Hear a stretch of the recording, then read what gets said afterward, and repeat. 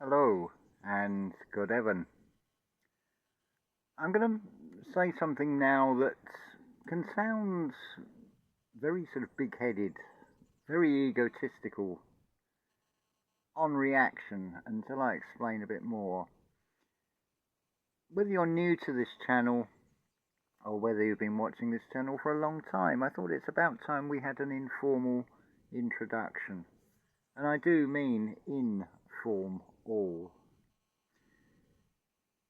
Let me give you an example of this. God is often associated with the father, the male principle, which to some degree it is. We're obviously dealing in realms that are non-physical here.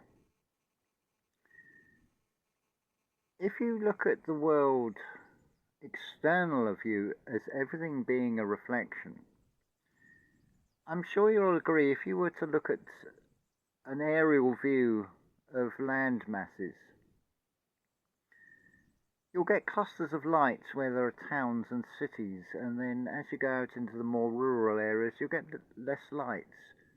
And to some degree, when you look up at the sky at night, is that not the same pattern that you see? You have this reflection. Well, what about now when we turn it inside ourselves? Because the universe really is you in verse. So let me introduce the embodiment, the family, because it will explain why God is often referred to as the Father. It's all relative to oneself. So the gut, that God is the sun. It's in the solar plexus, the place of the sun. Externally portrayed, more so traditionally these days, but still very much the case in a family unit, that it is the mother that is the heart of the home. So the mother is where the heart is. So relative to the position of the sun, the mother is much closer than the father. The father is in pineal. So quite literally, it's farther away from the sun than the mother. And of course, your conscious and subconscious hemispheres represent a husband and wife, an Adam and an Eve. So when we have this word alignment, it's getting everybody reuniting that family inside oneself and being in alignment within oneself. So you're all pulling together, and the sun will go up to pineal. It's the internal you inverse that is being reflected externally. It's whether we have the eyes to perceive these things in such ways. But that egotistical statement, allow me now to put to you that I could be considered as one of the world's greatest actors. Let me just go with a little backstory here. There is a part of me that wanted to be not just an exceptional pianist, but a pianist that will be held with the world view of being one of the leading pianists in the world. Undisputed master. So, for example, I'd be on a par with the reputation of Mozart, Beethoven and Franz Liszt, and not forgetting between Beethoven and Franz Liszt, Carl Czerny, who is so overlooked these days. From what I've heard so far, I like it. And something else to explore. And I feel the generations, as it were, because I've just had, from a thought that has manifested and come through on the radio, a beautiful piece by Franz Liszt, and unmistakably Liszt.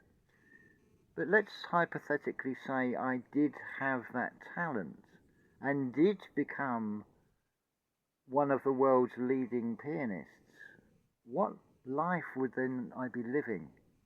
most likely one that's tied up with a record contract, having to put on endless performances, staying in this hotel and that hotel and then travelling all the time. Would I really be happy with that? The alternative would be to be my own businessman, which would eat into the time further. I could take a very personal involvement in and be very hands-on in promoting myself with record companies and various concert venues, and that would eat into the time, and it would lose from the pleasure of the playing. It would be so far removed.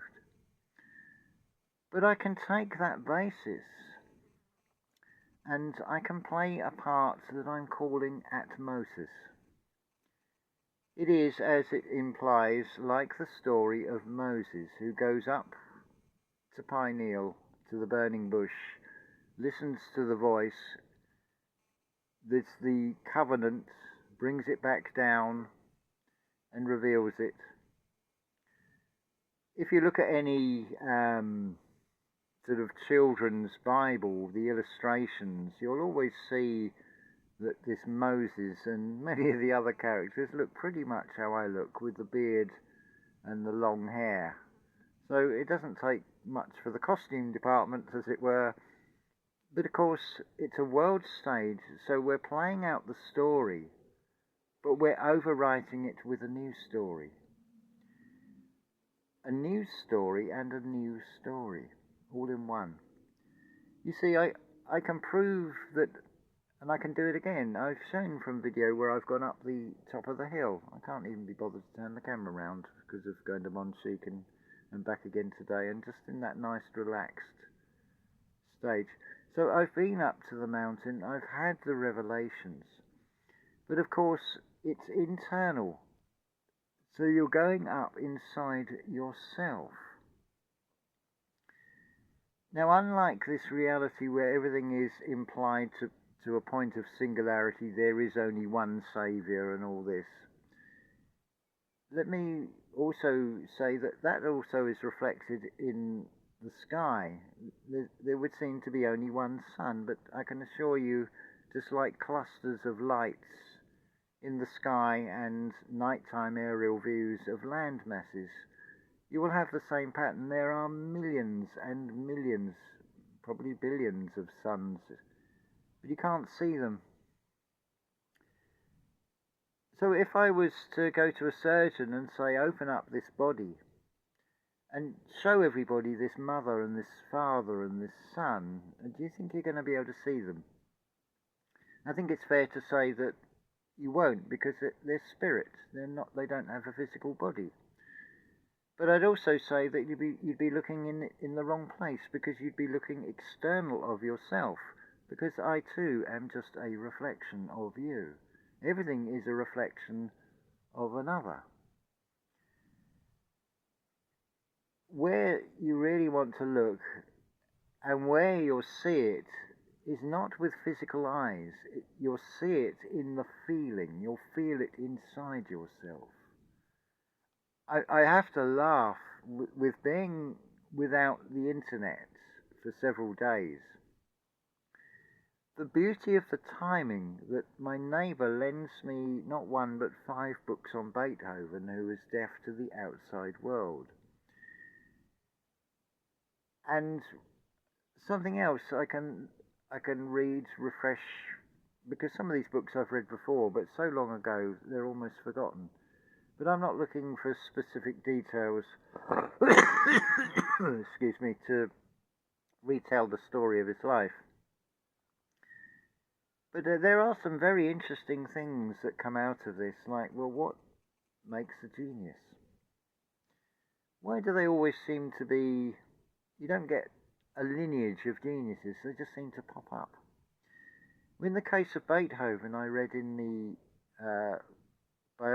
biography by John Suchet, which comes from a very non-musically technical perspective, so you're not going to get the breakdowns of the symphonies and the concertos, but it's looking at the study of the man and all the things about his temperament that sort of become urban myths. But he was born within the birthing sac, if I remember what I read correctly.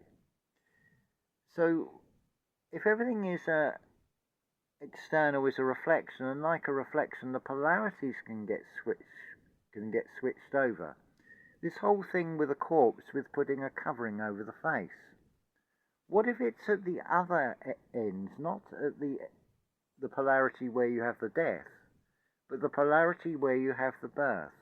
That life-giving sac, if it was going over the face, would that not imprint something extra from the spiritual? Because it would be life-giving to suddenly have a genius like Ludwig van Beethoven. His two brothers did not share this musical talent at all. One of them was a mediocre pianist and violinist, but never sort of progressed, never had the drive and the ambition like Ludwig van Beethoven. Okay, his grandfather of the same name was also a very accomplished musician in his own right.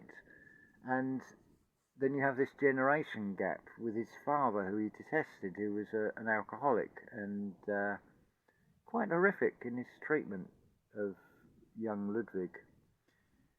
But the genius that came out, and I would suggest that has a big part to play in it, this veil, the life-giving veil as opposed to the veil of deception, because we're in a realm of contrast, don't forget.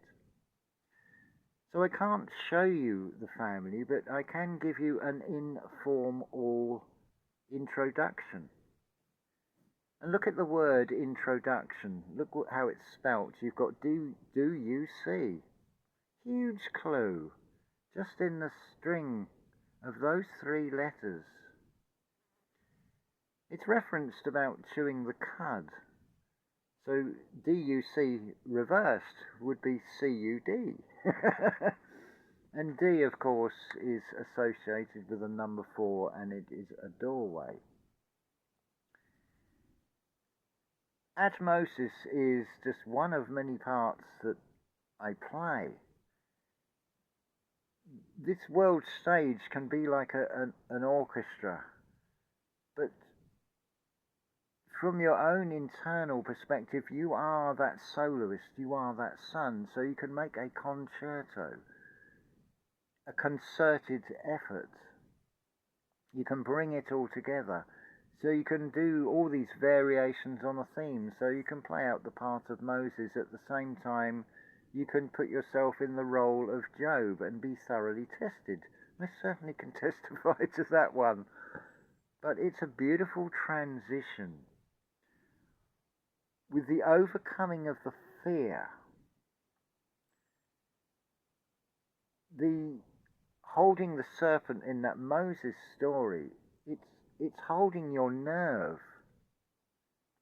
the twin caduceus inside yourself.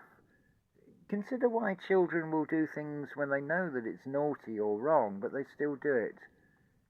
Does any parent really explain what is really going on? It's like there's an internal voice. Learn to recognize that that's the one that's gonna be a mischief. But there is another one that you can recognize as well. You can bring the things in balance.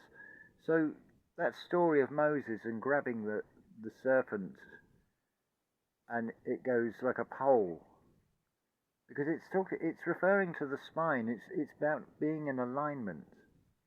But of course it's been literalized like everything else. A brass serpent. I forget the two major components to make brass. I think, is it copper and iron? I forget. But they're the Jupiter and Venus principles, the male and the female. It's the uni-sun inside oneself. That is what is being reflected. So I'm with gratitude that I never was given that opportunity to have that gift with music. It doesn't stop me playing out a concerto. It doesn't stop me putting myself forward through testimony and saying I am playing out many parts.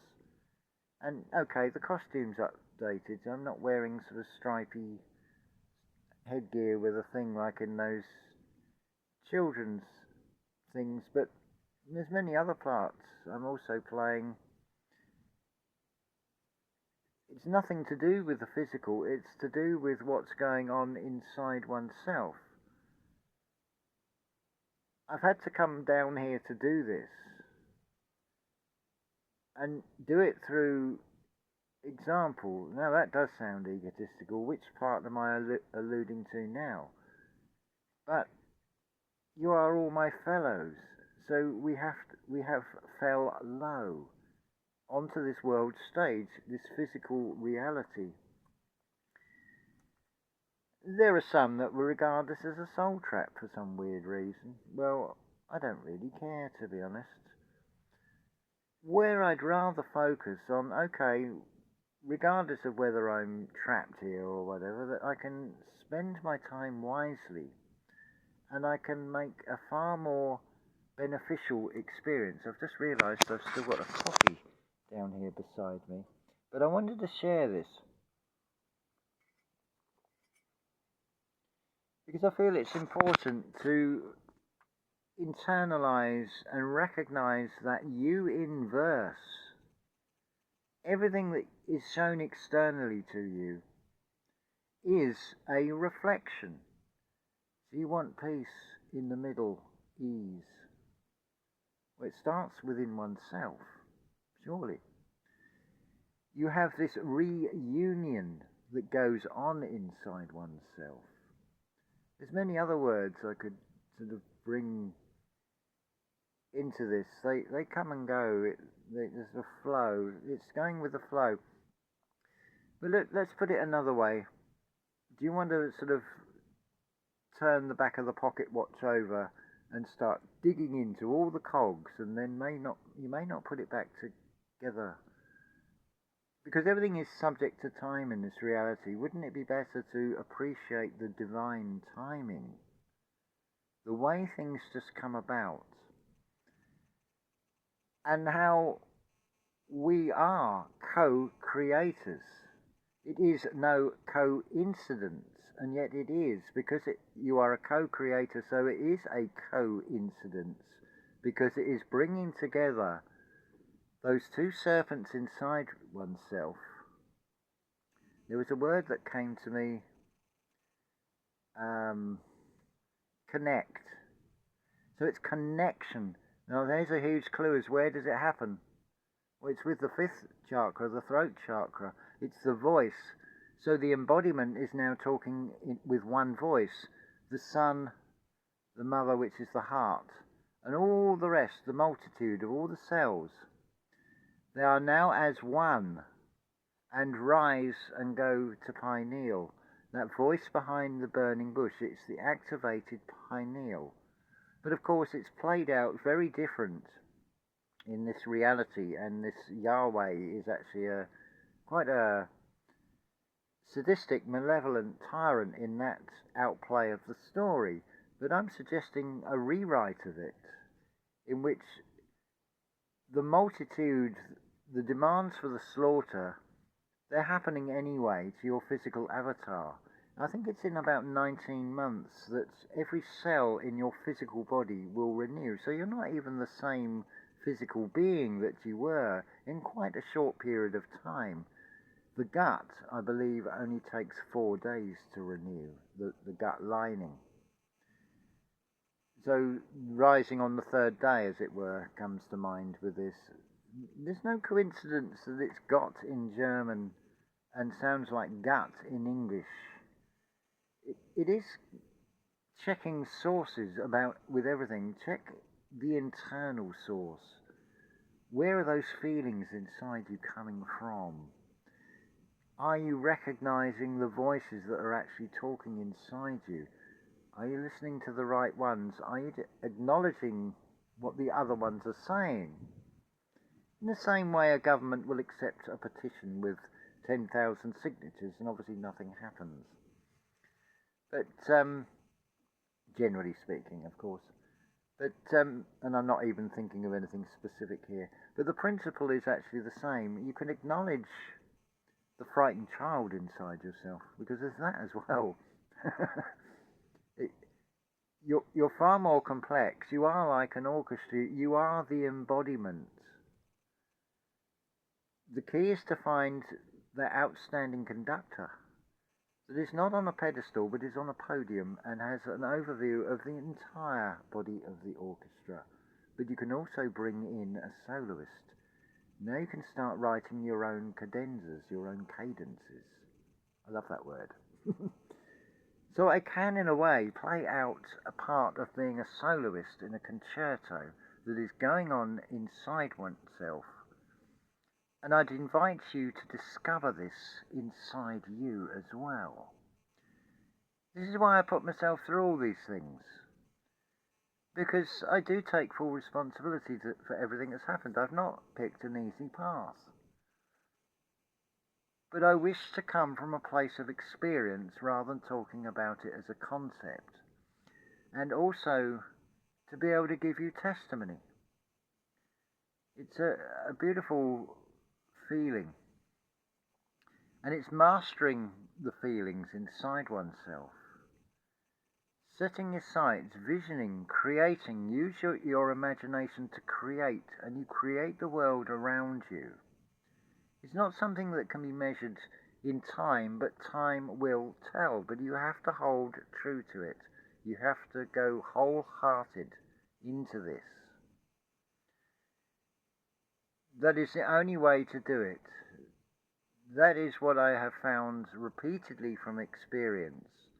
To keep doing the same thing and expect a different result is madness. Well, this is being insane, because it's a reflection to many that would say, oh, it's just coincidence, and they would dismiss it and say you're just insane. Well, that's their opinion, but they haven't got the experience of it. I can't give them the experience. It's not like a CD you can insert into them and say, this is it. The only way you're going to know it is to feel it by going through the experience of it. So no matter what it is, and you'll find that many of the things that you have fears about are actually total illusions that the conscious mind is creating because it's trying to solve a problem on what it perceives based upon what it knows. But it's that inner knowing from the alignment that will get you to a wish fulfilled.